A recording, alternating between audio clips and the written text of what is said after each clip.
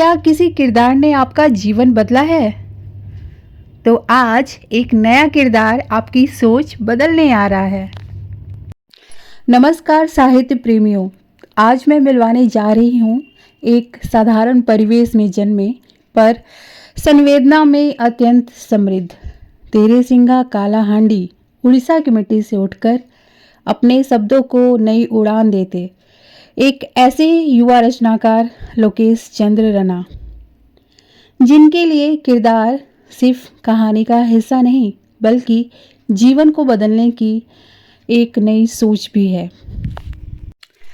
Football के मैदान की ऊर्जा और समाचार पत्रों से निकली जागरूकता दोनों को अपनी रचनाओं में पिरो देने वाले एक सजग, संवेदनशील और सरल युवा रचनाकार जो इंसानियत की नेक दिली की प्रतीक है।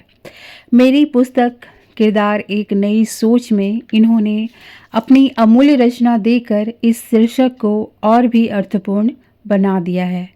एक विद्यार्थी के रूप में भी इनकी लगन, अनुशासन और साहित्य के प्रति समर्पण विशेष रहा है और मेरे लिए यह निजी रूप से भी विशेष है क्योंकि ये मेरे विद्यार्थी भी रह चुके हैं।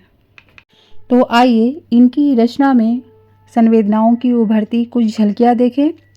कविता का शीर्षक है ऋण।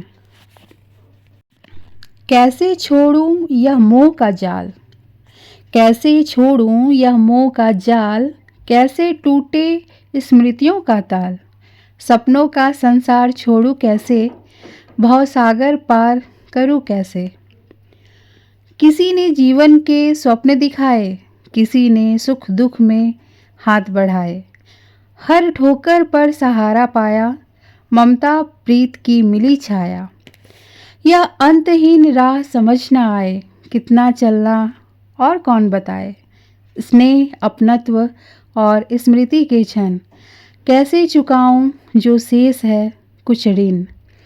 पुकार उस पार की सुनाई देती, मन में अब एक ही चाहत बाकी, जो पाया उसका ऋण चुकाऊं, फिर शांत उस परम में जाऊं। युवा पीढ़ी के ऐसे नए किरदार जो अपनी कलम से नई सोच गढ़ रहे हैं, उन्हें समर्थन देना, सराहना देना हम सबका कर्तव्य बनता है। साहित्य का भविष्य इन्हीं जैसे जागरूक, संवेदनशील और सोचने वाले युवाओं के हाथों में सुरक्षित है। आज की यह प्रस्तुति उन्हीं नई प्रतिभाओं को समर्पित है जो अपनी कलम से दुनिया को एक नई दिशा और एक नई सोच दे रहे हैं। अगर आपको यह प्रस्तुति पसंद आई हो तो चैनल को लाइक, शेयर और सब्सक्राइब जरूर करें क्योंकि आपका एक छोटा सा सहयोग हम जैसे साहित्य प्रेमियों को और भी नई रचनाएं, नए विचार और नए किरदार आप तक पहुंचाने की प्रेरणा देता है। धन्यवाद। मिलते हैं एक नई रचना, एक नई आवाज़ और एक नई सोच के साथ।